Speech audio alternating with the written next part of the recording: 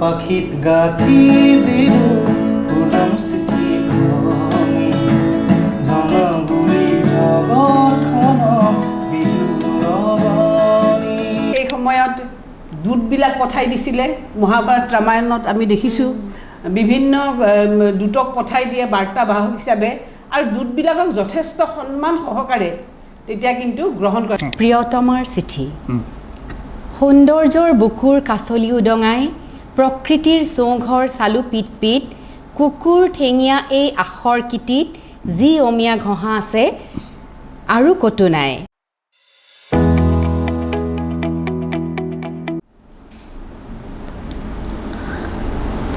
আধুনিক বিশ্ব সভ্যতাই এই পৃথিৱীখনত পোখা মেলাৰ বহু আগেয়ে আদিম মানৱে নাইবা সেই সময়ৰ সমাজখনে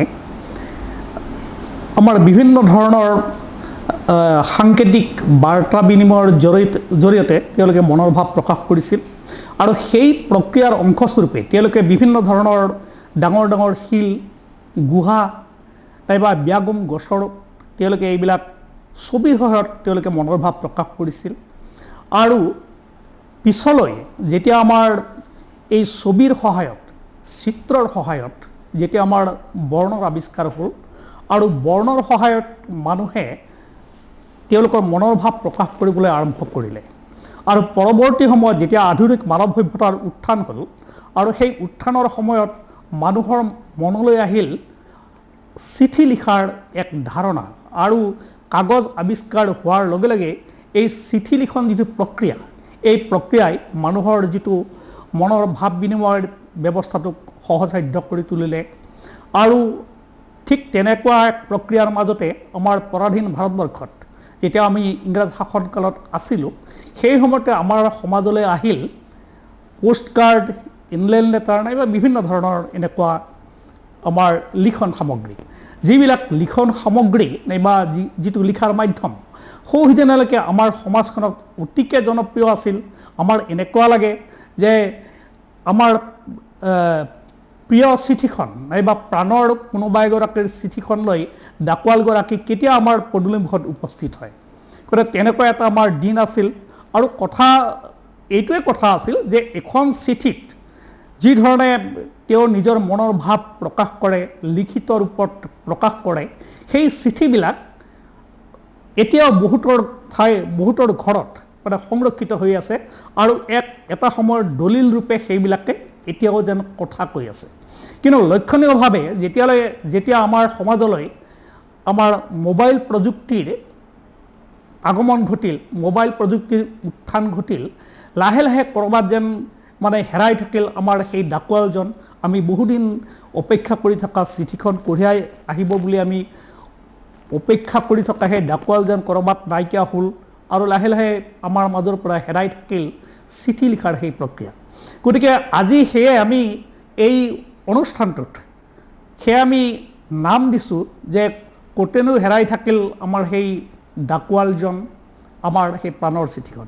গতিকে সেই বিষয়ে আমি আলোচনা কৰাৰ কাৰণে আমি আজি ষ্টুডিঅ'ত বহিছোঁ, আৰু এই ষ্টুডিঅ'ত আমাৰ মাজত আহি উপস্থিত হৈছে আমাৰ সৰুপেটা BSB মহাবিদ্যালয়ৰ উপাধ্যক্ষা, এতিয়া অৱসৰ তেওঁ গ্ৰহণ কৰিছে, তেওঁ ৰীণা ৰাণী ডেকা বাইদেউ।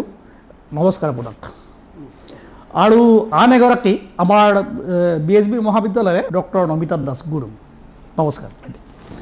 আৰু এগৰাকী আছে আমাৰ যুৱ, তেওঁ সৃষ্টিশীল কামত তেওঁ সদায় নিয়োজিত থাকে, আমাৰ ভৱানীপুৰৰ বাসিন্দা সৌৰভ দাস। কিন্তু তেওঁৰ এটা পৰিচয় আছে, তেওঁ আমাৰ খগেন মহন্ত, আমাৰ অসমৰ স্বনামধন্য কণ্ঠশিল্পী খগেন মহন্ত আৰু তেওঁৰ সহধৰ্মিনী অৰ্চনা দাস, এতিয়া অৰ্চনা মহন্ত, তেওঁৰ আপোন বৰদেউতা আৰু বৰমাক।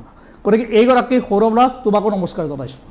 কিন্তু কথাটো হ'ল কি যে আজি আমি এই অনুষ্ঠানটোত প্ৰথমেই কিন্তু খগেন মহন্তৰ সেই এটা গীত শুনিম আমি, সেই বিখ্যাত গীতটো। গতিকে চিঠিখন কঢ়িয়াই লৈ যোৱা পাৰৰ পাখিত আমি যে গুজি দিওঁ চিঠিখন তেওঁ গাইছিল, আৰু বিশ্ব শান্তিৰ কামনাৰে তেওঁ চিঠিখন পাৰৰ পাখিত গুজি দিয়াৰ কথাটো কৈছিল। কেশৱ মহন্তৰ ৰচনা আছিল।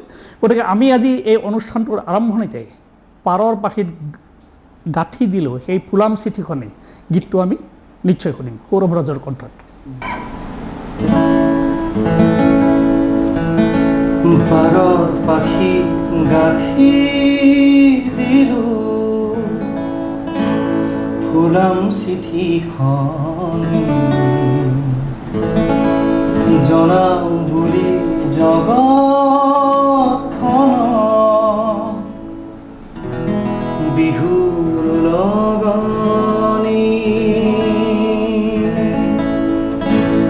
পাৰৰ পাখিত গাঁঠি দিলো ফুলাম চিঠিখনি জনাও বুলি জগতখন বিহুৰ লগনি পাৰৰ পাখিত গাঁঠি দিলো ফুলাম চিঠিখনি জনাও বুলি জগতখন বিহুৰ লগনি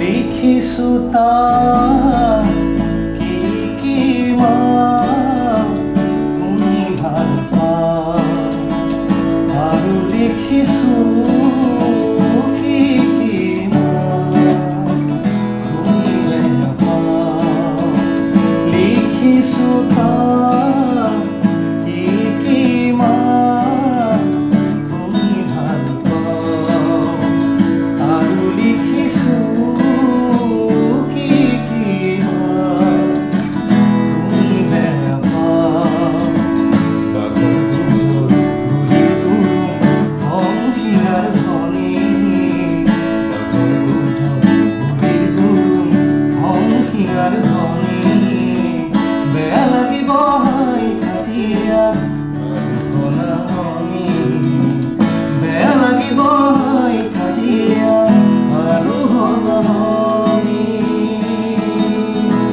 পাৰৰ পাখিত গাঁঠি দিলো ফুলাম চিঠিখনি জনাও বুলি জগতখনৰ বিহুৰ লগনি। আমাৰ অনুষ্ঠানৰ আৰম্ভণিতে তেজছ লাইভৰ ষ্টুডিঅ' যেন ৰসাল জীপাল কৰি তুলিলে সৌৰভ ৰাজৰ কণ্ঠৰ এই গীতটিয়ে। নিশ্চয় যিটো চিঠি লিখাৰ গুৰুত্ব, চিঠিয়ে কি বহন কৰিব পাৰে, চিঠিয়ে নিজৰ মনৰ ভাৱ প্ৰকাশ কৰিব পাৰে, বিশ্ব শান্তিৰ বাৰ্তা বিয়পাই দিব পাৰে, বহুত কামে কৰিব পাৰে।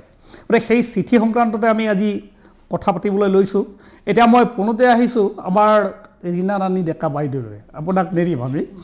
এতিয়া আপোনাৰ যিহেতু আপোনাৰ অভিজ্ঞতা আছে যে আপুনি চিঠি নিশ্চয় আপুনি লিখিছে, তাৰে আগতে আগৰখিনি সময় আপুনি কেনেধৰণে পাইছে যে এই যিটো আপোনজনক আপুনি বাৰ্তা দিছে, বিভিন্ন ধৰণৰ মাধ্যম আছিল, আপুনি কেনেধৰণে জড়িত হৈ আহিছিল? আচলতে আজি এইটো এটা বৰ গুৰুত্বপূৰ্ণ বিষয়, যদিও মানে চিঠি শব্দটো লাহে লাহে হেৰাই যাবলৈ গৈ আছে। এই গুৰুত্বপূৰ্ণ বিষয়টোৰ সম্পৰ্কে ক'বলৈ যাওঁতে মই যিহেতু 1961 চনতে মই জন্ম লাভ কৰিছিলোঁ, গতিকে এই বিষয়টোৰ ওপৰত মোৰ অলপ অভিজ্ঞতা আছে। মানে চিঠি লিখাৰ আগৰ সময়খিনিত যেতিয়া চিঠিৰ প্ৰচলন নাছিল, আমাৰ গোপেশ দাসে কৈছে কথাটো যে ব্ৰিটিছ অহাৰ পিছতহে আমাৰ ইয়ালৈ মানে আমি চিঠি লেখাৰ যিটো ব্যৱস্থা, সেই ব্যৱস্থাটো আহিছে, বহুত আধুনিক ব্যৱস্থা আহিল, আধুনিক সময়ত আহিছে। কিন্তু তাৰ আগতেও কিন্তু এই চিঠি বাৰ্তা প্ৰেৰণৰ কিন্তু বিভিন্ন মাধ্যম আছিলে। আৰু এই আপোনালোকে চবেই জানে, এই বিশেষকৈ সেই সময়ত দূতবিলাক পঠাই দিছিলে। মহাভাৰত ৰামায়ণত আমি দেখিছোঁ বিভিন্ন দূতক পঠাই দিয়ে বাৰ্তাবাহক হিচাপে, আৰু দূতবিলাকক যথেষ্ট সন্মান সহকাৰে তেতিয়া কিন্তু গ্ৰহণ কৰে। তেওঁলোকে মানে সদৰ্থক নয়ৰ্থক যিকোনো বাৰ্তা কঢ়িয়াই আনিব পাৰে, কিন্তু দূতবিলাকক যথেষ্ট ৰেচপেক্ট দিয়া হৈছিলে, তেওঁলোকৰ মৰ্যাদা সহকাৰে। কিন্তু এতিয়া কেতিয়াবা আমি এইবোৰৰ মানে অলপ বেলেগকৈ দেখা পাওঁ। বেয়া কথা আনিলে কোনোবা এজনে আমি বেয়াকৈ পাৰ চৰাইকো এই ৰজা মহাৰাজাৰ দিনত বাৰ্তা বিনিময়ৰ বা বাৰ্তাবাহক হিচাপে ব্যৱহাৰ কৰিছিল। আমি বুৰঞ্জীত সেই কথাবিলাক পাই আহিছোঁ। তাৰপিছত মানে আমাৰ আহোমৰ দিনতো আমি দেখিছোঁ যে কটকীৰ ব্যৱস্থা আছিল, কটকীবিলাকে বাৰ্তা বহন কৰি আনিছিল। সেই ইতিহাসো আচলতে আছে। আৰু গোপেশ দাসে কৈছে ইতিমধ্যে যে বৰ্ণ আৱিষ্কাৰ হোৱাৰ আগতেও কিন্তু বাৰ্তাৰ প্ৰচলন আছিল গছত আঁকিছিল ছবি সহকাৰে বৰ্ণ পিছত আহিছে আগতেতো গছত আঁকিছিল শিলত আঁকিছিল সেইবিলাকেই কথা কৈছিল শিলেও কথা কয় ছবিয়ে কথা কয় যেনেকৈ চিঠিখনেও কথা কয় তাৰপিছততো মই 61 চনত যেতিয়া জন্মগ্ৰহণ কৰিলোঁ তেতিয়া যেতিয়া আমি স্কুলত গৈছোঁ তেতিয়াতো আমাক চিঠি লিখিবলৈ শিকাইছিলে আমাৰ পাঠ্যক্ৰমত চিঠি আছিলে পৰীক্ষাত চিঠি লিখিবলৈ আহিছিলে বিভিন্ন চিঠি তাৰমানে গৰম বন্ধ এতিয়া গৰম বন্ধ খুলিছে নহয় আমাৰ সময়ত আমি কি কৰিছিলোঁ গৰম বন্ধ খোলাৰ পিছতে স্কুলত এখন চিঠি লিখিব দিব তুমি গৰম বন্ধটো কেনেকৈ কটালা কাৰ ঘৰত গ'লা এনেকৈ সুন্দৰ চিঠি লিখিব দিয়ে আৰু চিঠি লেখা যিটো ষ্টাইল সেই এটা মানে এটা হেৰি আছে কিন্তু চিঠি যেনেকৈ এনেকৈ চিঠি নিলিখে পাঠ্যক্ৰমত শিকোৱা হৈছিল আমাক শিকাইছে শ্ৰেণীকোঠাত শিকোৱা হৈছিল শ্ৰেণীকোঠাত সুন্দৰ শিকাইছে আৰু সেইকাৰণে মানে আমি আমাৰ সময়ৰ মানুহবিলাকে আমি সুন্দৰকৈ চিঠি লিখিব জানো পেৰেগ্ৰাফ থাকে ধুনীয়াকৈ পেৰেগ্ৰাফ থাকে তাৰপিছত হেৰি থাকে এড্ৰেছ কৰা থাকে আৰু তেনেকৈ আমাক নম্বৰো দিছিলে গতিকে এইটোকা যেতিয়া পাঠ্যক্ৰমত ভৰাই দিছিলে এইটো যথেষ্ট গুৰুত্বপূৰ্ণ বিষয় হিচাপে তেতিয়া আমি বিবেচনা কৰিছিল আৰু বৰ ধুনীয়াকৈ আমি চিঠিবিলাক লিখিছিলোঁ আৰু তাৰপিছত আমি যে ডাঙৰ হ'লোঁ এতিয়া মই ধৰক মেট্ৰিক পাছ কৰাৰ পিছৰ পৰাই মই হোষ্টেলত আছোঁ আৰু হোষ্টেলত যেতিয়া থাকোঁ তেতিয়া ঘৰৰ পৰা বহুত দূৰত থকাৰ কাৰণে আমাৰতো তেতিয়া ফোন চোন একো নাই এইবোৰ আমি গধীৰ আগ্ৰহেৰে ঘৰৰ পৰা চিঠিখন আহিব হোষ্টেলৰ আমি পিয়নজনক কৈ থৈ দিওঁ যিজন দায়িত্বত থাকে বা এটা লেটাৰ বক্স থাকে লেটাৰ বক্সত মানে সোমোৱাই দিয়ে চিঠিবিলাক আনি আৰু সেই চিঠিবিলাক আমি মানে ক্লাছৰ পৰা আহিয়ে প্ৰথম লেটাৰ বক্সটো চাওঁ কিবা আহিল নেকি চিঠি মানে অধীৰ অপেক্ষা আৰু ঠিক তেনেকৈ মোৰ পৰাও যেতিয়া চিঠি লিখোঁ তেতিয়াও মানে মাহঁতে বা ঘৰৰ মানে আত্মীয়বিলাকে কেনেকৈ হোষ্টেলত ভালকৈ খাইছোনে থাকিছোনে এই বিভিন্ন কথা মানে বহুত মাদকতা সেই চিঠি লিখাৰ যিটো অভ্যাস চিঠি পঢ়াৰ যিটো মানে আমি টেষ্ট পাইছিলোঁ সেই টেষ্টটো মই এতিয়া মানে ভাষাৰে প্ৰকাশ কৰিব নোৱাৰোঁ যিটো আজিৰ প্ৰজন্মই যিটো মিছ কৰিছে আপোনাৰ পৰা টেষ্টটো আমি আৰু ল'ম আমি আহি আছোঁ আপোনাৰ ওচৰলৈ কিন্তু আমি এতিয়া গৈছোঁ আমাৰ অধ্যাপিকা নমিতা দাসৰ ওচৰলৈ আৰু নমিতা দাস গুৰুং ডক্টৰ নমিতা দাস গুৰুং আৰু তেওঁক আমি জানো যে তেওঁ অসমীয়া ভাষা বিষয়ত তেওঁ এগৰাকী নিপুণ অধ্যাপিকাই নহয় তেওঁ ভাল কবিতা আবৃত্তি কৰে গতিকে আমি প্ৰথমেই ডক্টৰ নমিতা দাস গুৰুঙৰ পৰা আমি উল্লেখযোগ্য এটা কবিতা শুনিম আৰু কবিতাটি আমি আবৃত্তি কৰাৰ কাৰণে তেওঁ অনুৰোধ কৰিছোঁ চিঠি সম্পৰ্কীয় আজি ধন্যবাদ ছাৰ আমাৰ ইতিমধ্যে বাইদেৱে মোৰ শিক্ষক বাইদেৱে ইতিমধ্যে সুন্দৰকৈ ক'লে কিন্তু আজি চিঠিৰ ওপৰতে মই কবিতা এটা মাতি দিম ছাৰ আৰু কবিতাটো হৈছে হেমচন্দ্ৰ গোস্বামীৰ প্ৰথম অসমীয়া চনেট কবিতা প্ৰিয়তমাৰ চিঠি সৌন্দৰ্যৰ বুকুৰ কাছলি উদঙাই প্ৰকৃতিৰ চৌঘৰ চালু পিট পিট কুকুৰ ঠেঙীয়া এই আখৰ কিটিত যি অমীয়া ঘঁহা আছে আৰু কতো নাই কবি নিকুঞ্জত ফুলি কত কবিতাই মলয়াত উটি উটি ফুৰে পৃথিৱীত তোমাৰ চিঠিয়ে কিন্তু জানে জিতি গীত কবিতাৰ কাব্যতাৰ গোন্ধকো নাপায় ফুল ফুলে সৰি যায় শুকাই বননি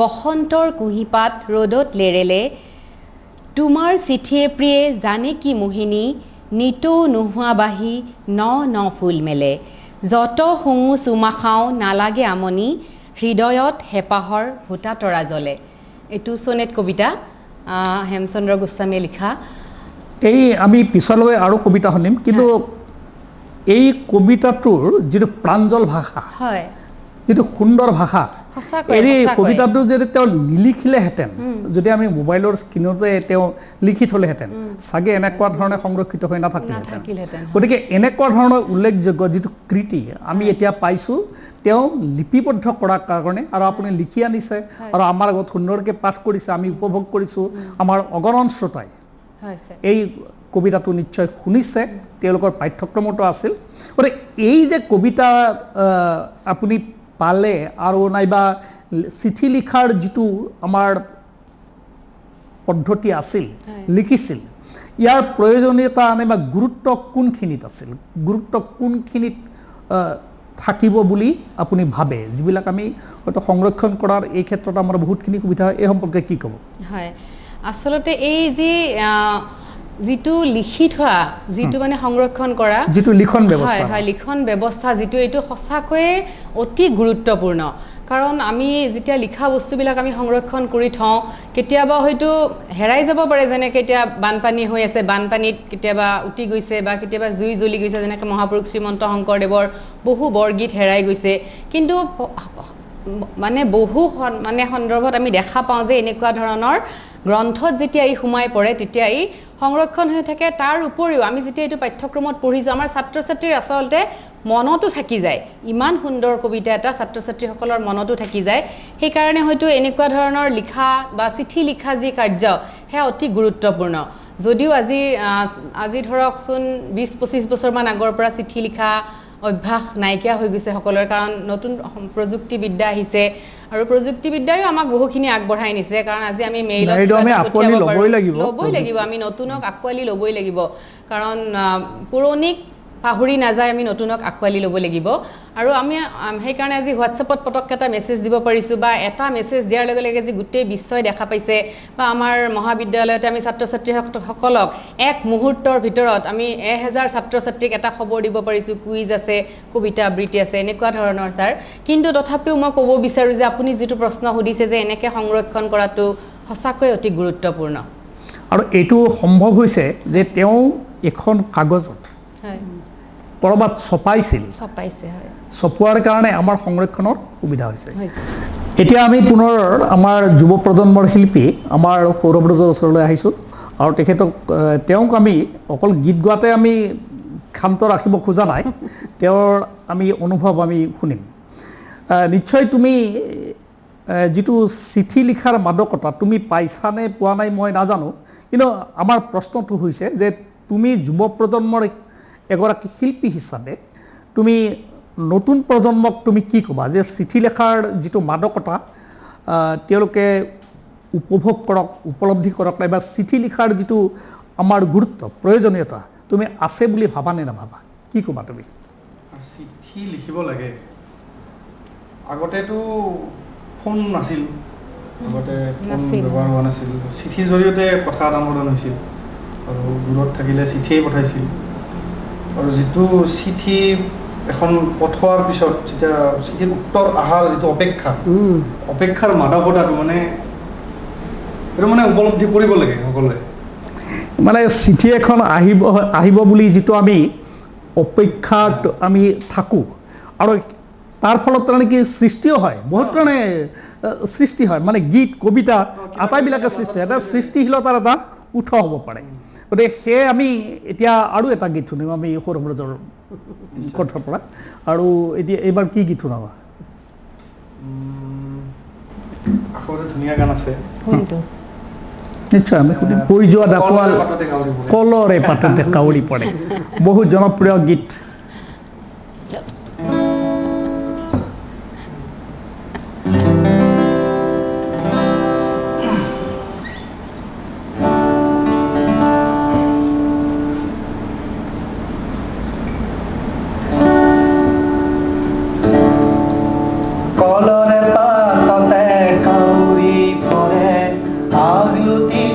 মোৰ লৰে চৰে কলৰে পাততে কাউৰী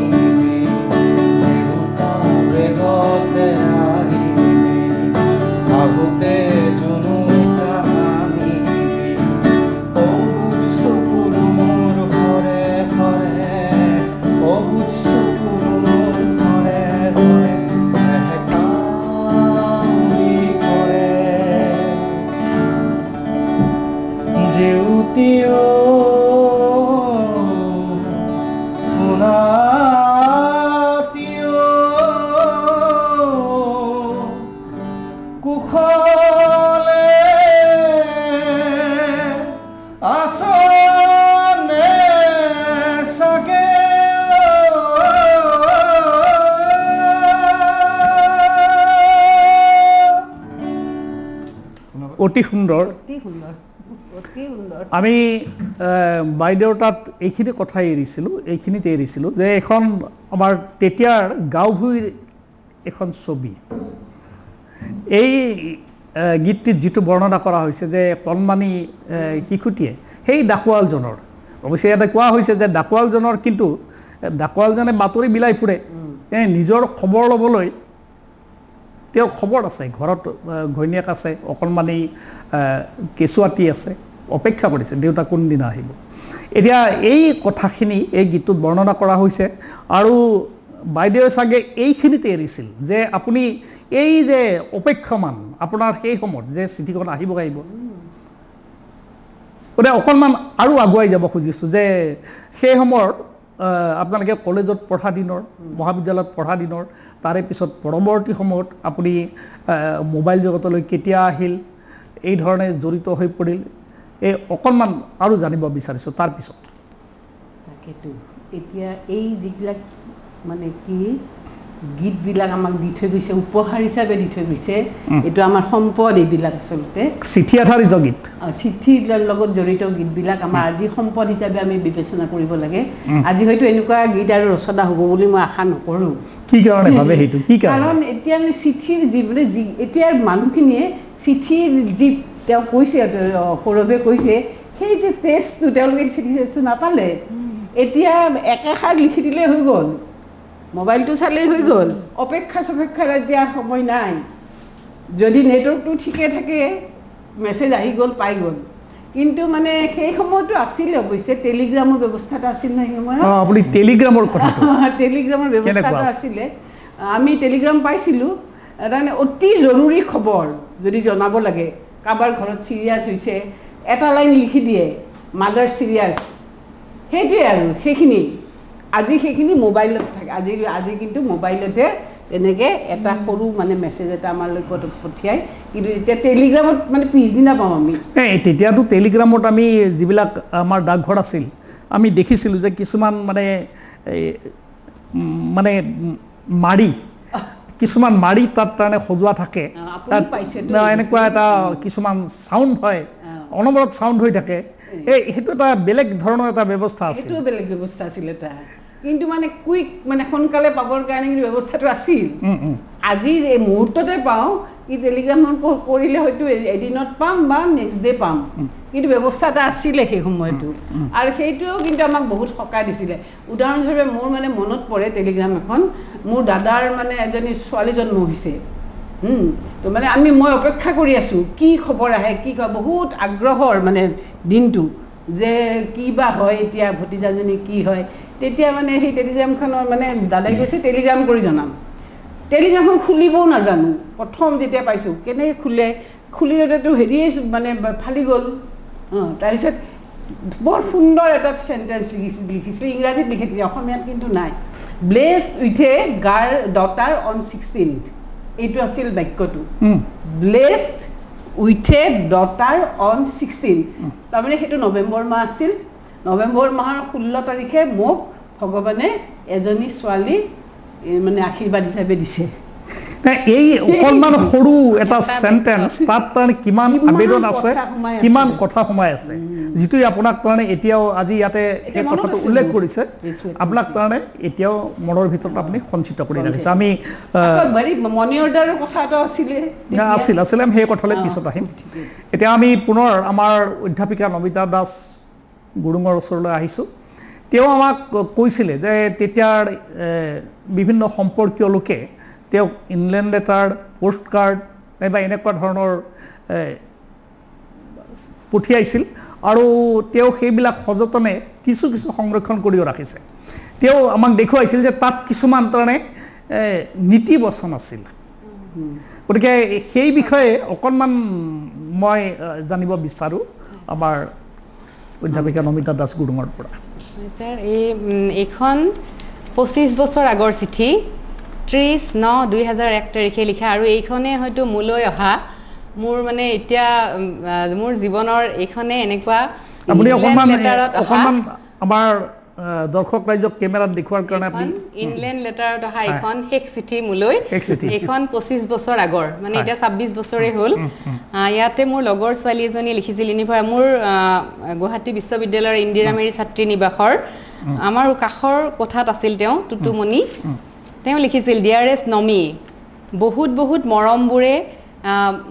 মৰমবোৰ লবি তোৰ মিষ্টাৰৰ ঘৰৰ এড্ৰেছ নজনা বাবে ঘৰৰ এড্ৰেছতে তোলৈ চিঠিখন লিখিলোঁ নমি তই চাগে আচৰিত হবি ন কিয় জানো আজি বহুদিন ধৰি তোলৈ বৰকৈ মনত পৰি আছে তোক চাবলৈ হেঁপাহ পলুৱাই কথা ক'বলৈ খুব মন গৈছে নমি তই বিয়া হৈ গলি বোলে ধ্ৰুৱদাহঁতকো পাহৰিলি মই জুপিহঁতৰ ঘৰত ফোন কৰি কৰি তোৰ খবৰ লওঁ তই মোৰ খবৰ ল'বি জানো নমি প্ৰথমে মই অলকেশদাৰ ওচৰত ক্ষমা বিচাৰিছোঁ মোক পাহৰিলে ন মা ভাইটিক মোৰ মৰম দিবি ঐ নমি তোৰ মানুহটোৰ আৰু তোৰ ফটো পঠিয়াবি মোলৈ নমি তহঁত দুয়ো আহিবিচোন মোৰ তাত আমাৰ ওদালগুৰিত ঘৰ বৰপেটাৰ বহুত মানুহ আছে বহুত নামঘৰ আছে বৰপেটা ৰোডৰ পৰা ডাইৰেক্ট বাছ দুখন আহে আমাৰ ওদালগুৰি এখন বৈদ্যনাথ জাহ্নবী আমাৰ লাষ্ট ষ্টপেজ বাছ ৰখা ঠাইৰ ওচৰতে ঘৰ আমাৰ আহিবি হা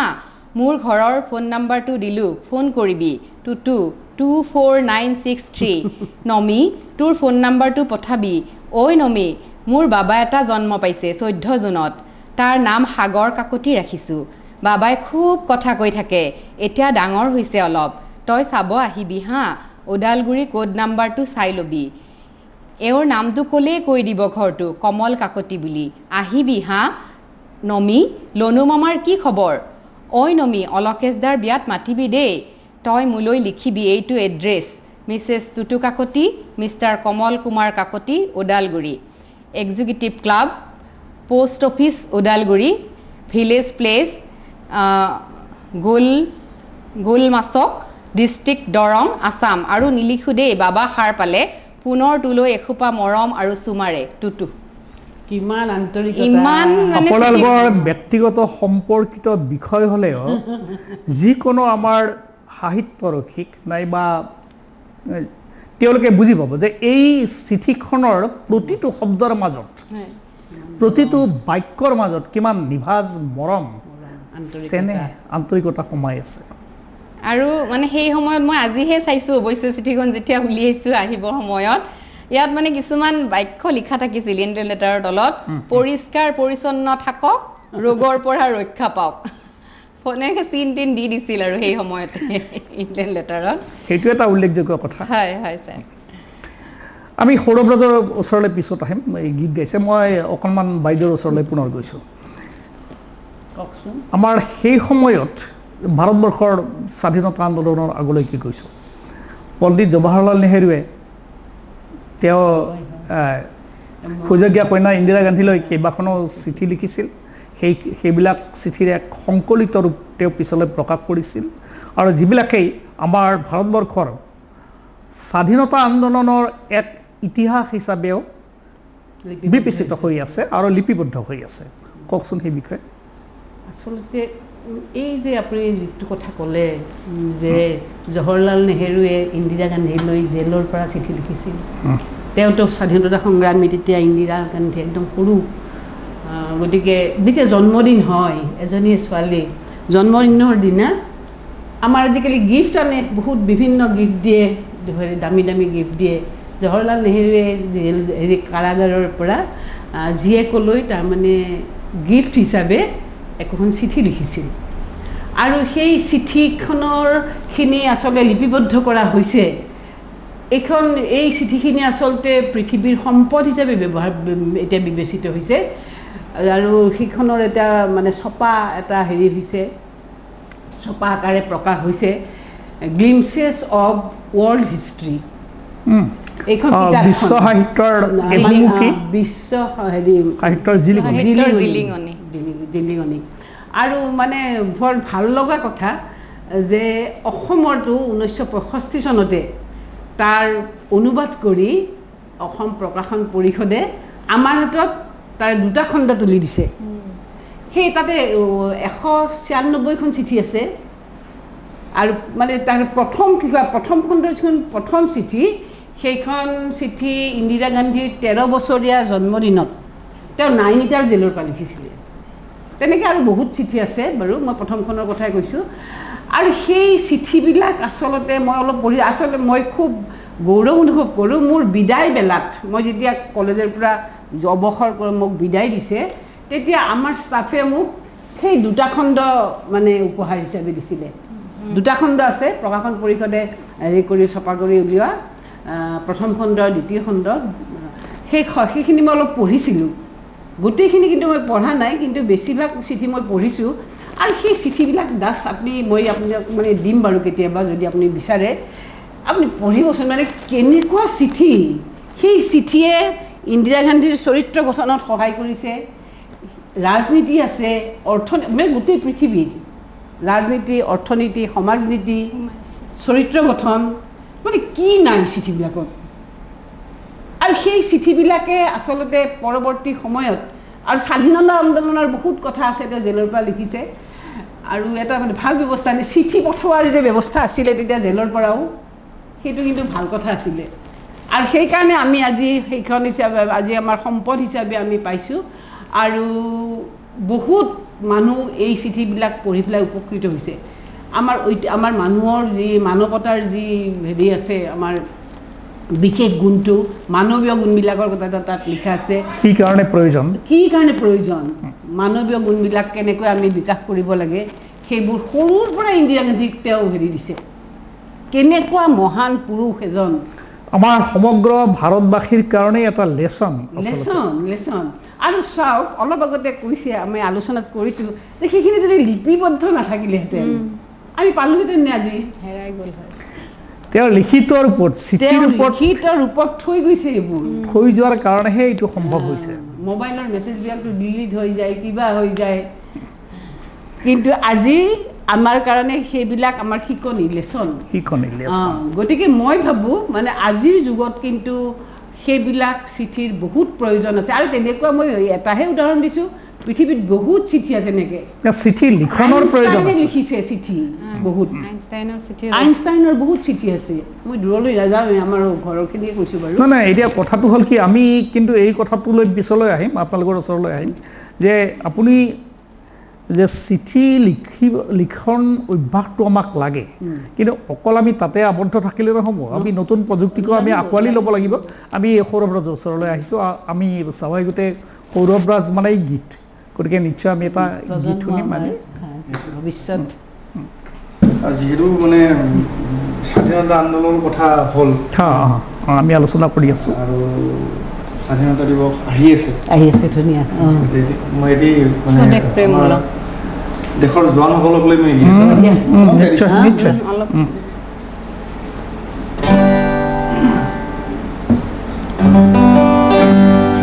খুব ধুনীয়া গীত গীতটি লিখিছে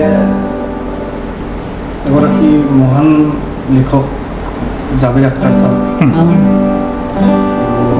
ভাৰতবৰ্ষত দুজন ভাল ডাঙৰ গায়কে গাইছিল, সোণু নিগম আৰু ৰূপ কুমাৰ ৰাথোৰ। অকণ গাই দিছোঁ।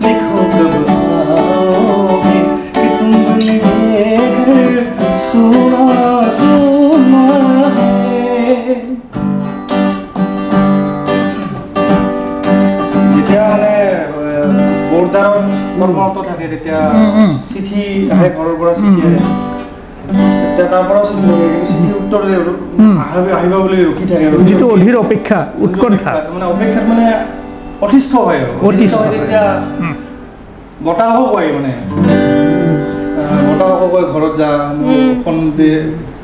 সন্দেশটো লৈ যা। যিটো আমি কালিদাসৰ মেঘদূতত পাইছিলোঁ যে মেঘদূতত মানে যিটো বাৰ্তা, সেইকাৰণে মেঘদূত কাব্যখন আছিল, তেওঁৰ প্ৰেয়সীক মেঘৰ জৰিয়তে বাৰ্তা দিয়া। এই গীতটোতো আমি তাৰেই এটা ধ্বনি যেন শুনিছোঁ। যেতিয়া বতাহো কয়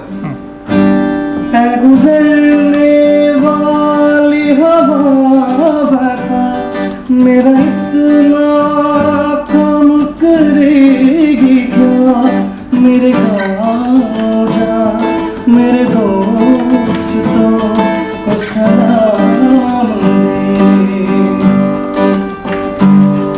मेरे गाँव में है जो वो गली जहाँ रहती है मेरे दिल रुबा, उसे मेरे प्यार का जान दे, उसे मेरे प्यार का जान दे।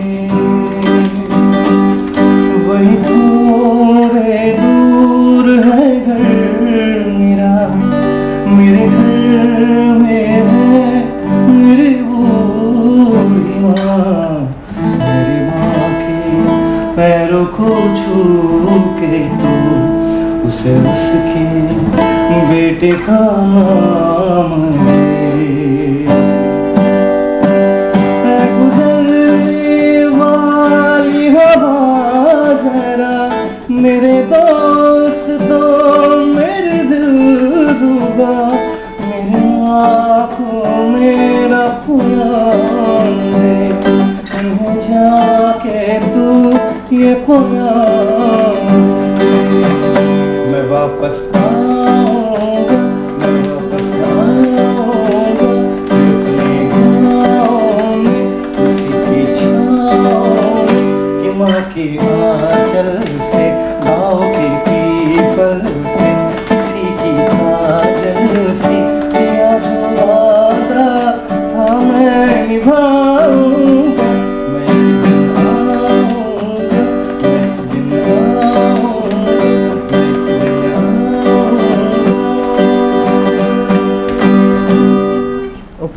খুব সুন্দৰ, আমাক আপ্লুত কৰিলে সৌৰভ ৰাজে।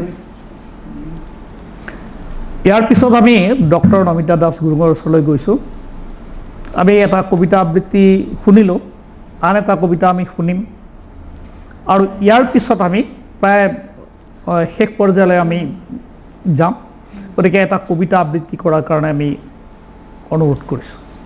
আচলতে ছাৰ মই সাহিত্যৰখিনিয়ে কৈ আছে, সাহিত্যত মানে চিঠিৰ বিষয়ে বহুত আছে, যেনেকৈ বাইদেৱে কৈছে যে ৰবীন্দ্ৰনাথ ঠাকুৰৰ চিঠিবিলাক ছপা হৈ আছে বঙালী সাহিত্যত, এতিয়াও 50 বছৰ আগৰ চিঠি এতিয়া ছপা হৈ আছে। ঠিক তেনেকৈ আপোনাৰ বাইদেউ টেলিগ্ৰামৰ কথা, কাঠনিবাৰী ঘাট এটা যে বহুত ধুনীয়া চুটি গল্প আছে নহয়, তাত টেলিগ্ৰামৰ কথা আমি পঢ়িছোঁ। তাৰপিছত মহিম বৰাৰ কাঠনি বাৰীৰ ঘাট, তাৰপিছত শিলভদ্ৰৰ যিটো এখন চিঠি বুলি এটা চুটি গল্প আমাৰ লাগে, উচ্চতৰ মাধ্যমিক 2য় বৰ্ষত লাগে। তাতো মানে দুগৰাকী বন্ধুৱে কেনেকৈনো চিঠি লিখিছিল, মানে এই চিঠি সাহিত্যত চিঠিখিনি ইমান সুন্দৰকৈ এতিয়া এনেকুৱা অনুভৱ কৰে নেকি এই যিখিনি কথা আমাৰ উল্লেখ কৰা হৈছে যে বহুত আমাৰ স্বনামধন্য ব্যক্তিয়ে চিঠি লিখিলে, চিঠিত বহুত গুৰুত্বপূৰ্ণ তথ্য তেওঁলোকে উল্লেখ কৰিছে। আমি আপুনি জৱাহৰলাল নেহৰুৱে লিখা চিঠিৰ সংকলনৰ কথাটো কৈছে, আমাৰ অসমীয়া সাহিত্যত তেনেকুৱা ধৰণৰ স্বনামধন্য ব্যক্তিসকলে লিখা চিঠিৰ সংকলন এতিয়াও আমাৰ অভাৱ বুলি অনুভৱ কৰে নেকি? মানে সংকলন মানে যদিও হেৰি হৈছে এতিয়া, তথাপি মানে তেওঁলোকৰ ধৰক দৈনিক যিবিলাক কথা তেওঁলোকে লিখি লিখি ৰাখিছিল, তেনেকুৱা ধৰণৰ মানে ভৱেন্দ্ৰনাথ শইকীয়াৰ কিছুমান চিঠি প্ৰান্তিকৰ শেষ পৃষ্ঠাত যে তেওঁ লিখা কোনোবালৈকে লিখা চিঠি কিছুমান প্ৰকাশ হৈ আছে। তাৰপিছত ধৰক প্ৰফেচাৰ বৰুৱাৰ চিঠি, তাত সেইখনতো অলপ চলপ মানে চিঠি অলপ পোৱা যায়। কিন্তু এই যিবিলাক সাহিত্য যেনেকৈ ৰবীন্দ্ৰনাথ ঠাকুৰৰ বা জৱাহৰলাল নেহৰুৰ চিঠি এইবিলাক যেনেকৈ সংৰক্ষণ কৰা হৈছে, তেনেকুৱা কিন্তু আমাৰ সাহিত্যত কিছু কম আছে, অভাৱ আমি অনুভৱ কৰোঁ। আৰু আমাৰ সেই প্ৰচেষ্টাটো এতিয়াও যেন এটা চালুকীয়া অৱস্থাতে আছে। এতিয়া যেনেকৈ টকা বহীবিলাক সংৰক্ষণ কৰিছে, তেনেকৈ যদি আমাৰ মহান ব্যক্তিসকলৰ চিঠিও যেনেকৈ আইনষ্টাইনৰ চিঠিবিলাক আমি এতিয়াও পঢ়িব পাইছোঁ সাহিত্যত।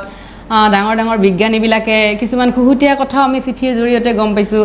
যেনেকৈ ৰবীন্দ্ৰনাথ ঠাকুৰৰে চিঠিবিলাকত বহুত সাংঘাতিক কথা নাই, কিন্তু সেই সাধাৰণ কথাখিনিৰ জৰিয়তে যেন সেই সময়ৰ কিবা এটা বাৰ্তা আমি পঢ়িবলৈ পাইছোঁ। বা এই হেম বৰুৱাৰ এখন চিঠিত যে আমাৰ গানটো গালে সৈনিকৰ চিঠি, সেইটো এটা সেইখনতো মানে সেই পত্নীগৰাকীলৈ শেষ চিঠিখন লিখিছিল। এখন চিঠিত তেওঁ যুদ্ধৰ বাৰ্তা আহিছে, যুদ্ধত যাব ওলাইছে, সেইখনেই হয়তো পত্নীগৰাকীলৈ লিখা শেষ চিঠি।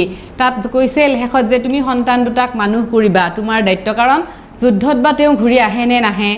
এনেকুৱা ধৰণৰ চিঠিৰ জৰিয়তে সেই এঘৰ মানে সৈনিকজনৰ কাহিনী তাত ফুটাই তুলিছে। আমাৰ সাহিত্যৰ সম্পদ হিচাপে বিবেচিত হ'লহেঁতেন যদিহে আমি তাৰ সংৰক্ষণৰ আমি প্ৰচেষ্টা ল'লোহেঁতেন।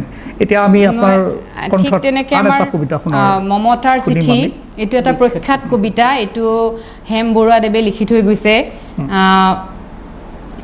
মৰমৰ এয়া মম এডাল জ্বলাই লৈছোঁ, আজি বহু দিনৰ মূৰত তোমালৈ চিঠি লিখোঁ বুলি, বাহিৰৰ উৰুঙা বতাহজাক আহি মমডাল কোবাইছেহি, চাওঁ খিৰিকীখন জপাই দিওঁ। 7 বছৰৰ আগৰ কথাবোৰ তোমাৰ বাৰু মনত আছেনে? আমি যে নতুন জীৱনটোৰ পাতনি মেলিছিলোঁ, মোৰ গাত সেই অচিনাকি নিচা বাৰুকৈয়ে লাগিছিল। সিদিনা আছিল কাতিৰ কুঁৱলীসনা কোমল পোৱা, পদূলিত তলসৰা শেৱালিবোৰ উপচি আছিল, আৰু সন্ধিয়া মই তোমালোকৰ ঘৰলৈ নকৈ আহিবৰ দিনা আকাশৰ মেঘৰ মোহনাত হালধীয়া জোনটো নাওখন হৈ আমাক যে ৰিঙাই মাতিছিল তৰাৰ দেশলৈ। মই লোৱা কঁকালৰ ৰঙা ৰিহাখনলৈ তুমি বাৰু তেনেকৈ কিয় একেথৰে চাইছিলা? মোৰ কেনে লাগিছিল জানা, তুমি যেন কোনোবা দূৰ বিদেশৰ স্বপ্নাতুৰ আলোকৰ মানুহ, আৰু মই যেন তলসৰা এপাহ শেৱালি। সেইদিনা মন সাগৰত এৰি অহা আৰু আহি পোৱা অলেখ ঢৌৰ কঁপনি জাগিছিল। তোমাৰ জানো এইবোৰ কথা মনত নাই? আমাৰ দেউতাই যে চিঠিত লিখিছিল, আই তই নতুন ঘৰখনত হাঁহি মাতি থাকিবি, এইবোৰ 7 বছৰৰ আগৰ কথা, মোৰ যে সকলোবোৰ পুৰাণৰ সাধু যেন লাগে। জেঠমহীয়া দেউতাৰ বছেৰেকীয়া হৈ গ'ল, তোমাৰ বাবুল এতিয়া বৰটো হৈছে বুজিছা, তাৰ ওপৰ পাৰিত এধানমানি ডালিম গুটি যেন দাঁত অকণি গজিছে, সি মোক একেবাৰে এৰিকে নিদিয়ে। কেতিয়াবা মোৰ ইমান খং উঠে, তুমি নাই নহয় সেইকাৰণে। সি বাৰু মোৰ বগা সাজযোৰলৈ এনেদৰে তধা লাগি চাই থাকে কিয়? তাৰ উপজাৰে পৰা এইযোৰ কাপোৰ চিনাকি, সেইকাৰণে নহয়। বাবুল এতিয়া বৰটো হৈছে বুজিছা, আৰু ডাঙৰ হ'লে স্কুলত তাক নাম লগাই দিম। সি আঁতৰি থকা সময়খিনি মোৰ যে বুকুখন তেনেই উদং হৈ থাকিব ভাই। আৰু কি লিখিম, বিশেষ একো নাই, মোৰে শপত, তুমি যিদিনা উলটি আহিবা মোক আগতীয়াকৈ জনাবা দেই। মই ভোগ দি ভটিয়াই গৈ বুঢ়া লুইতৰ বুকুৰ পৰা তোমাক ৰিঙাই মাতিম। তুমি যিদিনা উলটি আহিবা মোক আগতীয়াকৈ জনাবলৈ নাপাহৰিবা দেই। মৰম ল'বা, ইতি তোমাৰ মমতা।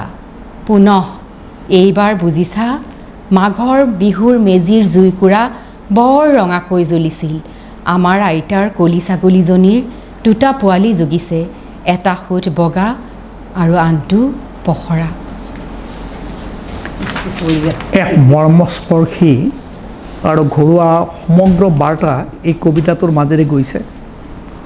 আমি শেষ মুহূৰ্তলৈ আহিছোঁ। আমি ৰীণাৰাণী ডেকা বাইদেউৰ ওচৰলৈ গৈছোঁ যে আমাৰ এতিয়া যুৱ প্ৰজন্মৰ নাইবা আমাৰো আটাইৰে মোবাইলৰ স্ক্ৰীণত আমাৰ দৃষ্টি নিবদ্ধ। আমি বিভিন্ন মেছেজ লিখোঁ, চিঠি লিখোঁ। আমি গ্ৰহণ কৰিবই লাগিব।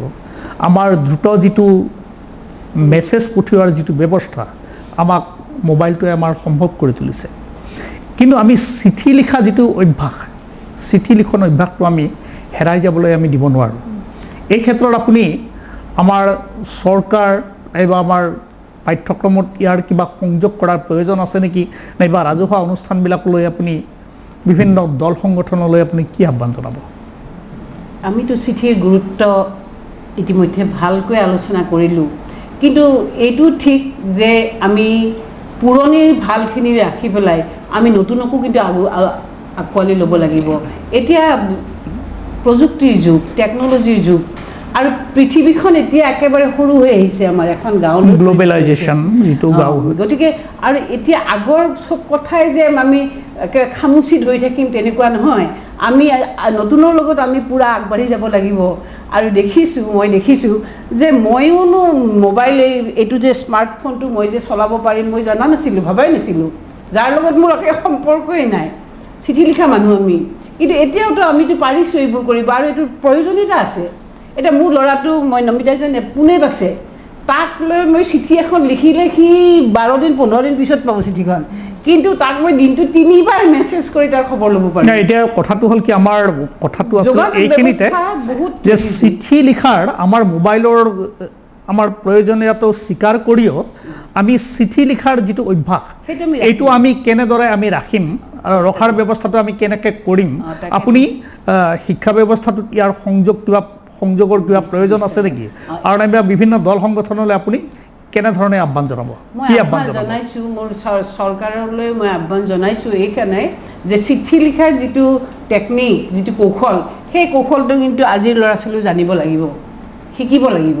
আৰু তাৰ কাৰণে আমি যেনেকৈ মানে বহুত পাঠ্যক্ৰমত নতুন নতুন কথা অন্তৰ্ভুক্ত হৈছে, কিন্তু মই আহ্বান জনাওঁ যে এই চিঠি লিখাৰ যিটো অভ্যাস, চিঠি লিখাৰ যিটো কৌশল, সেইটো কিন্তু যুৱ প্ৰজন্মই জানিব লাগে। গতিকে পাঠ্যক্ৰমত কোনোবা এটা শ্ৰেণীত এইটো অন্তৰ্ভুক্ত কৰিলে মই ভাল হ'ব বুলি আমি সৌৰভ ৰাজৰ ওচৰলৈ আহিছোঁ। আমি শেষত এটি গীত শুনিম, আৰু এই গীতটিৰেই আমি আজিৰ অনুষ্ঠান আমি সামৰণি পৰা বুলি আমি ঘোষণা কৰিম। শেষত আছে নেকি বা হাজৰিকাদেৱৰ নহয়, মহন্ত দেৱৰ গীতটি লক্ষ্মীনাথ বেজবৰুৱাদেৱে লিখা গান, খগেন মহন্ত গাইছে।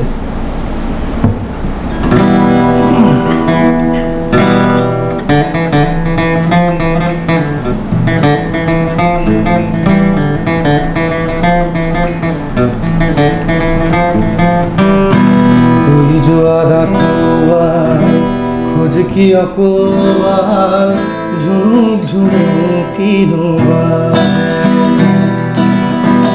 কৰি যোৱা ডাকোৱাৰ খোঁজ কি অকোৱাৰ ঝুনুক ঝুনুকি তোমাৰ সেইটো পলা চিঠি নামে অসংখ্যা, তোমাৰ সেইটো পলা চিঠি নামে অসংখ্যা অদ্ভুত কিনো বস্তু ৰাজে ঝুনুক ঝুনুকি বাজে। বিদেশত আছে পতি, ঘৰত ৰৈছে সতী, বিদেশত আছে পতি, ঘৰত ৰৈছে সতী, মৰম বাতৰি কিনো যায়।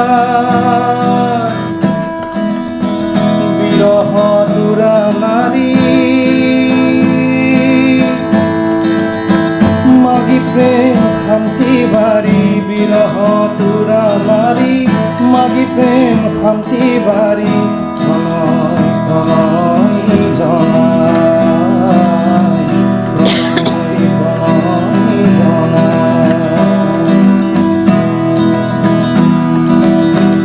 পিতৃৰ সন্দেহ বাৰ্তা মাতৃৰ ভাৱনা চিন্তা বন্ধুৰ সাদৰ সম্ভাষণ বন্ধুৰ সাদৰ সম্ভাষণ হতাশাৰ আশাবল চকু জল হতাশাৰ আশাবল আতুৰৰ চকু জল লোকান্তৰ মধুৰ শান্ত লোকান্তৰ মধুৰ শান্ত হৈ যোৱা ডাকোৱাই কি অপবাদ মোক জুমুকি নমাজে হৈ যোৱা ডাকোৱাই কি অপবাদ মোক জুমুকি নমাজে।